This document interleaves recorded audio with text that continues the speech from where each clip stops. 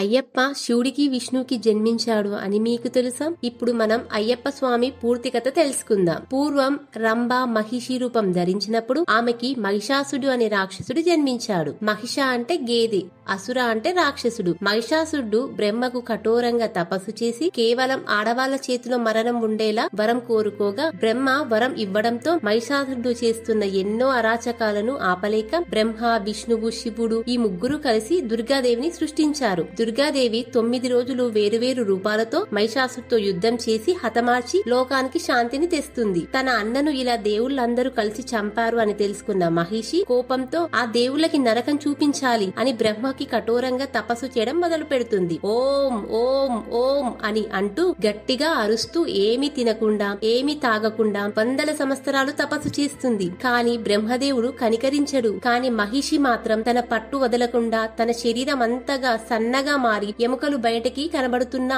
ఆపకుండా తపస్సు చేస్తూనే ఉంటుంది. చివరికి ఆ పతిని చూసి బ్రహ్మదేవుడు వచ్చి, మహిషి, నీ తపస్సుకు నేను మెచ్చాను, ఏం వరం కావాలో కోరుకో అని అనగా, దేవా, నాకు ఎంతో శక్తి ఉంది, ఏ దేవుడినైనా నేను జయించగలను. కాని ఆ హరిహరులను పన్నాగం వేసి మా అన్నని మోసం చేసి చంపినట్లు నన్ను కూడా ఎలాగైనా చంపుతారు. అందుకే నా మరణం ఆ హరిహరుల చేతుల నుండి అవ్వకుండా చెయ్యండి అని అనగా అప్పుడు బ్రహ్మ అది సంభవం కాదు అని మహిషికి చెప్తాడు. మహిషి ఆలోచించి తెలివిగా, బ్రహ్మదేవ, నా మరణం కేవలం హరిహరులకు పుట్టిన బిడ్డ నుండి మాత్రమే సంభవించేలా వరం ఇవ్వండి. అంతేకాకుండా అతను 12 ఏళ్లు సాధారణమైన మనిషిలా భూలోకవాసిగా చేసిన తర్వాత నన్ను చంపే శక్తి అతనికి సంక్రమించేలా చెయ్యండి అని కోరుకుంటుంది. బ్రహ్మ తదాస్తు అని వెళ్లిపోతాడు. మహిషి నవ్వుతూ, ఈ పిచ్చి బ్రహ్మకు తెలివే లేదు, శివుడు మరియు విష్ణువు ఇద్దరు మగవాళ్లే కదా, ఇద్దరికి మగవాళ్లకి బిడ్డ ఎలా జన్మనిస్తాడు అని, ఇక నాకు మరణం అనేదే లేదు అని అహంకారంతో నవ్వుకుంటూ ఉంటుంది. అదే సమయంలో భస్మాసురుడు అనే రాక్షసుడు శివుడిని మెప్పించడం కోసం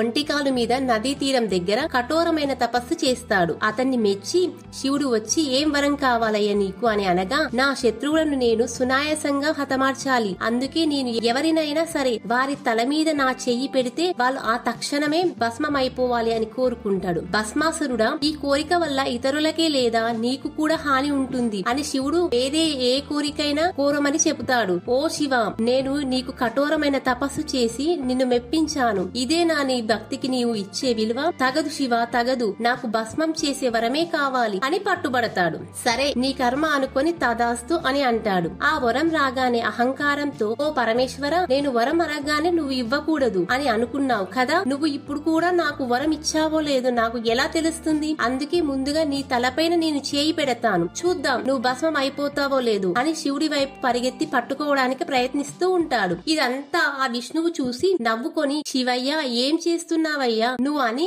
అనుకొని శివుణ్ణి రక్షించడానికి అందమైన వయ్యారాల అద్భుతమైన మహిళగా మారిపోయి వైకుంఠం నుండి భూలోకానికి మోహిని రూపంలో వస్తాడు. శివుడిని భస్మాసుడు తరుముతూ ఉండగా, ఓ సుందరాంగుడా, ఏమి అందం నీది, నిన్ను చూసి నేను ప్రేమలో పడిపోయాను, అయినా ఎందుకు ఇలా పిచ్చి పరుగులు తీస్తున్నావు అని సిగ్గుపడుతూ ఓర కళ్ళతో కన్ను కొడుతూ భస్మాసుడితో మాట్లాడుతుంది. ఆమె అందాన్ని చూసి భస్మాసుడు ఒక్కసారిగా ఆగిపోయి వెంటనే ప్రేమలో పడిపోతాడు. రా రా సుందరాంగుడా, రా నాతో అని వయ్యారంగా నది ఒడ్డుకు తీసుకువెళ్లి మోహిని నాట్యం చేస్తుంది. ఆమె అందం చూసి మైమర్చిపోయి అతను కూడా నాట్యం చేస్తాడు. ఆమె నవ్వుతుంటే అతను కూడా నవ్వుతాడు. ఆమె కన్ను కొడితే అతను కూడా కన్ను కొడతాడు. భస్మాసురుడు శృంగారం చేద్దామని దగ్గరకు వెళ్తుండగా మోహిని నాట్యం చేస్తూనే మెల్లగా దూరం వెళ్లేది. మోహిని భస్మాసుడిని కళ్ళలో కళ్ళు పెట్టి చూస్తూ దగ్గరగా రమ్మని నాట్యం చేసి మెల్లగా ఆమె చెయ్యి తల మీద పెట్టుకుంటుంది. భస్మాసుడు కూడా కామంలో మునిగిపోయి అతను కూడా ఏమి ఆలోచించకుండా తల మీద చెయ్యి పెట్టుకుంటాడు. అంతే, వెంటనే అగ్నిజ్వాలలో భస్మం అయిపోతాడు. శివుడు మోహిని చూసి ఆమె అందాన్ని చూసి ప్రేమలో పడిపోతాడు. వీళ్ళిద్దరి కలయికలో ఒక శ్వేత బిందువు ఉద్భవిస్తుంది. ఆ బిందువులో నుండి అయ్యప్ప స్వామి జన్మనిస్తాడు. అయ్యప్ప స్వామి మహిషిని ఎలా హతమార్చడో ఇప్పుడు మనం తెలుసుకుందాం. ఈ కలియుగంలో ధర్మం ఒంటికాలు మీద నడుస్తూ ఉంటుంది. ఆ ధర్మాన్ని కాపాడేందుకు హరిహరుల కలయికతో అయ్యప్ప స్వామి జన్మిస్తాడు. అందుకే అయ్యప్ప స్వామిని ధర్మశాస్త్రాన్ని కూడా పిలుస్తారు. చిన్న పిల్లవాడైన అయ్యప్పని హరిహరుల పంబా నది ఒడ్డున వదిలి వెళ్లిపోతారు. ఆయన ఎంతో అందంగా నవ్వుతూ ఆ అడవిలో దోగాడుతూ ఉంటాడు. ఆయన మెడలో ఒక సువర్ణ గంట ఉంటుంది. ఆ సువర్ణ గంట నుండి వెలుగు వస్తూ ఉంటుంది. ఆ గంట పేరు మణి. అది కంఠంకు ధరించి ఉంటుంది కాబట్టి ఆయనకి మణికంఠ అని పేరు వచ్చింది అని చెప్పుకుంటారు. ఆ మార్గంలో పందాల రాజ్యం రాజు వేటకు వచ్చి ఉంటాడు. ఆయన వెలుగుతున్న అయ్యప్పను చూసి క్రూర మృగాలు తిరిగే ఈ అడవిలో ఈ బాలుని ఎందుకు ఎవరు వదిలేశారు అని అటు ఇటు వెతుకుతాడు. కానీ ఆయనకు ఎవరు కనిపించడం లేదు. అప్పుడే మహాశివుడు ఒక ఋషి రూపంలో వచ్చి, నీకు ఎన్నో సంవత్సరాల నుండి బిడ్డలు పుట్టడం లేదు అని బాధపడుతున్నావు కదా, ఈ బిడ్డ నీకు దేవుడిచ్చిన వరం, ఏ లోటు రాకుండా చూసుకో అని అక్కడి నుంచి వెళ్లిపోతాడు. ఆ రాజు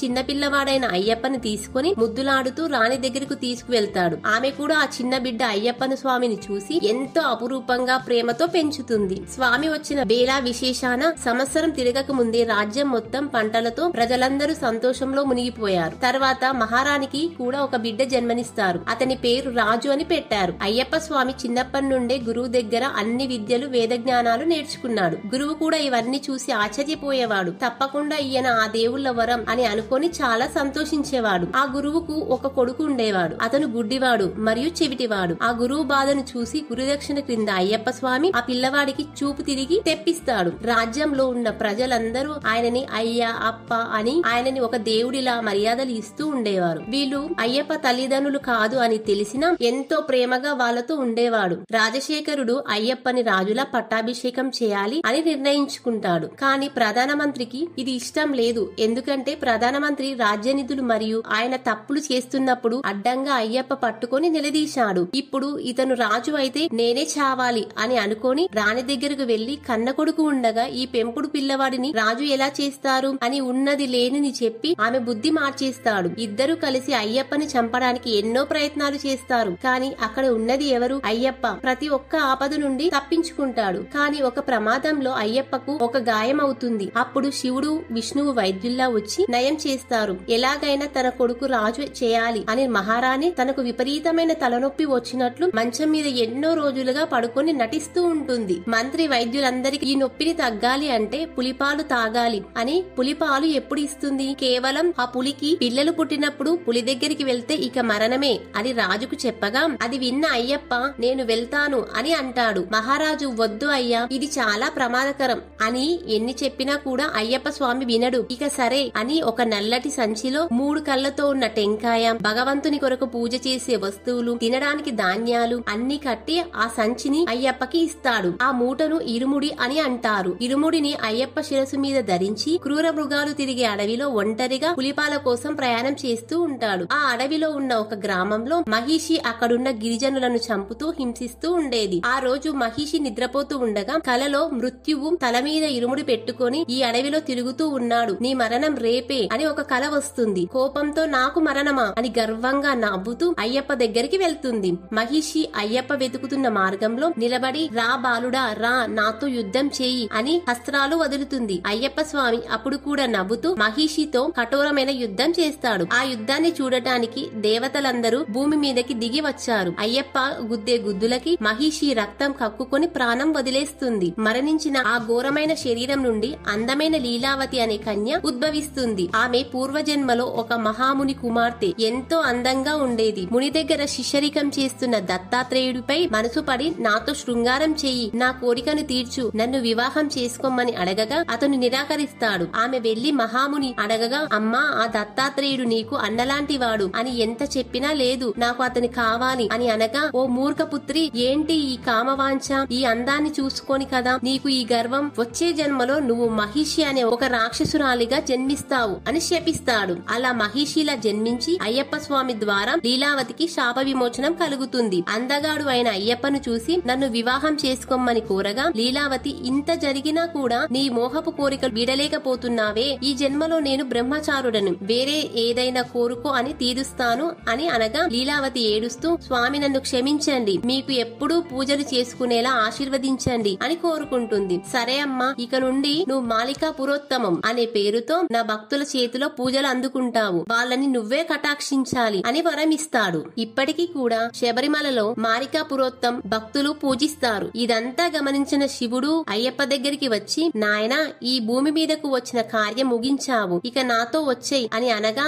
లేదు తండ్రి, నా తల్లి నేను తెచ్చే పులిపాల కోసం ఎదురు చూస్తూ ఉంటుంది, అది పూర్తి చేశాక చేశాక ఈ అవతారాన్ని చాలిస్తాను అని అంటాడు. అప్పుడు దేవతలందరూ నీ వలన ఈ లోకానికి శాంతి కలిగింది కాబట్టి మేము అందరం నీ కోసం పులిలాగా మారి పాలు ఇస్తాము, మీరు మా మీద ఎక్కండి అని అనగా సరే అని పులి మీదకి ఎక్కి రాజ్యానికి వెళ్తాడు. అన్ని పులుల గుంపు మధ్య అయ్యప్పను చూసి భయపడిపోతారు. మహారాణి మరియు మంత్రి ఈ దృశ్యాన్ని చూసి వాళ్ళు చేసిన తప్పులు తెలుసుకొని క్షమించమని ఈ రాజ్యం నీకే అని అంటారు. అయ్యప్ప ఇది చూసి నవ్వుకొని అమ్మా నేను నిన్ను క్షమించడమా, అంత మాట అనకండి, నేను ఇక్కడ ఉండలేను, నేను వచ్చిన కార్యం ముగిసింది, ఇక నా అవతారం ముగించే సమయం ఆసన్నమైంది. అమ్మా నాకు ఎందుకు ఈ రాజ్యంలో ఇవి అన్ని నా తమ్ముడికి లభించాలి అని మీరందరూ నన్ను అయ్యా అప్ప అని ఇన్ని రోజులు ఎంతో ప్రేమగా పిలిచారు, ఇక మీదట నా భక్తులు అయ్యప్ప అని ప్రేమగా పిలుచుకుంటారు అని ఈ విల్లు నుండి వెళ్లే బాణం ఎక్కడైతే పడుతుందో అక్కడ నాకు మందిరాన్ని కట్టించండి అని వదలగా ఆ బాణం శబరిమలలో నేలకు గట్టిగా గుచ్చుకొని నిలబడుతుంది. నన్ను మనస్ఫూర్తిగా భక్తి శ్రద్ధలతో మండలం రోజులు మాల ధరించి నన్ను శ్రద్ధతో కొలిచి పాదరక్షణలు లేకుండా ఎటువంటి వ్యామోహాలు కూడా లేకుండా నిత్యం నన్నే తలుస్తూ